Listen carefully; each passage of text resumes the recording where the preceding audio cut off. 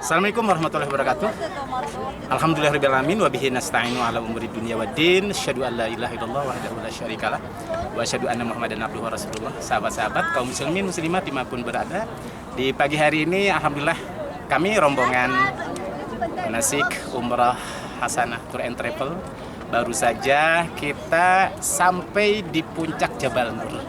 Dan selanjutnya kita barusan turun menuju pintu Gua Hiro, dan kita tidak bisa masuk ke Gua Hiro karena memang begitu padat antri, sementara ruangan Gua Hiro ini hanya bisa dimuat oleh 3 orang maksimal. Ya belum lagi ada sebagian para peziarah itu sholat paling tidak 5 menit kali sekian, dan ini membutuhkan waktu yang sangat panjang. Walaupun sebenarnya Gua Hiro ini tidak termasuk tempat-tempat yang kita memiliki fadilah keutamaan untuk menunaikan sholat di sana. Luar biasa banyak pelajaran yang kita bisa petik sejak kita naik dari bawah. Bagaimana dulu Rasulullah ketika menjelang 5 tahun memasuki usia kenabian, sejak usia 35 tahun dari usia kelahirannya, setiap bulan Ramadan beliau pergi dari rumahnya menyendiri, mengasingkan diri untuk bertafakur. Kenapa? Karena pada waktu itu masyarakat Mekah sudah keluar dari nuraninya, dari fitrah tauhid. Betapa tidak minuman-minuman keras sudah menjadi minuman keseharian. Perzinaan sudah menjadi budaya, perjudian sudah menjadi gaya hidup, belum lagi perpecahan antara kabilah yang satu dengan kabilah yang lain. Dan puncak kesesatan mereka menjadikan berhala sebagai tempat mereka meminta, mengadu dan menyembahnya. 360 kurang lebih berhala diletakkan di Ka'bah. Maka kesesatan dan penyimpangan inilah yang sudah sampai kepada puncaknya yang disebutkan oleh Allah Subhanahu wa taala dalam Al-Qur'an surat Al-Jumu'ah ayat 2. A'udzubillahi minasyaitonir rajim. Huwallazi ba'atsa fil ummiyina rasulan minhum yatslu 'alaihim ayatihi wa yuzakkihim wa yu'allimuhumul kitaba wal hikmah wa in kanu min qablu lafi dhalalim mubin. Dialah Allah Subhanahu wa taala yang telah mengutus seorang nabi dari masyarakat yang ummi datang kepada masyarakat Arab dengan 3 misi: tilawah, tazkiyah, dan ta'lim al-kitab wal hikmah.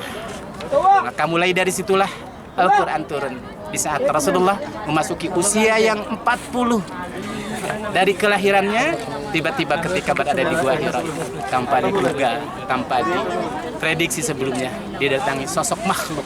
Dialah Jibril, menampakkan wujudnya dengan wujud yang asli, mendekapnya, lalu meminta kepada beliau untuk membaca Iqra. Nabi menjawab, ma ana biqari, aku tidak bisa membaca. Iqra, ma ana biqari, sampai 3 kali. Turunlah surat Al-Alaq 5 ayat yang pertama. Wahyu inilah yang membangunkan Rasulullah dari tidur panjang. Wahyu inilah yang membangunkan Rasulullah dari suasana yang tadinya begitu santai, tidak punya beban, tidak punya amanah.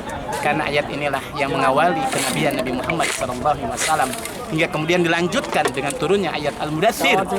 Ya ayyuhal mudaththir qum fa'anzir. Maka sejak itulah ayat turun, dan dia berkata kepada istrinya Khadijah, ya Khadijah, laqad fata waktu naum, sungguh telah berlalu waktu kita untuk tidur-tiduran. Sudah terbayang di hadapannya begitu lelah letihnya pengorbanan, perjuangan risalah Islam yang harus diperjuangkan. 23 tahun, 13 tahun di kota Mekah, 10 tahun di kota Madinah. Akhirnya Rasulullah mampu mengubah dunia dan mengeluarkan manusia dari kegelapan jahiliyah kepada terang benderang. Dari puncak Jabal Nur inilah, dan dari Gua Hiro inilah, maka Islam memancar ke seluruh penjuru dunia. Maka diberi namalah puncak ini Jabal Nur. Jabal artinya bukit, Nur artinya adalah cahaya. Subhanallah, sejarah yang memberikan pelajaran kepada kita betapa ternyata untuk mengawali sebuah perubahan harus diawali dengan perubahan secara pribadi. Rasulullah merenung, memikirkan, mencari solusi, dan akhirnya Rasulullah menemukan jawabannya. Maka Islam itulah solusi, jawaban terhadap segala problematika hidup. Dan ayat yang mengawalinya adalah surat Al-Alaq. Iqra bismi rabbikal ladzi khalaq, khalaqal insana min 'alaq. Iqra wa rabbukal akram. Subhanallah. Dan satu lagi yang kita tidak bisa bayangkan, bagaimana seorang istri Khadijah alaihissalam ketika harus naik melewati tangga demi tangga 600 meter kurang lebih ketinggian ini, harus mengantarkan makanan dan minuman untuk seorang suaminya. Di balik kesuksesan seorang suami ada yang mendukungnya. Dialah istri salehah Khadijah alaihissalam, seorang wanita yang senantiasa dirindukan oleh Rasulullah SAW hatta sampai beliau sudah meninggal dunia.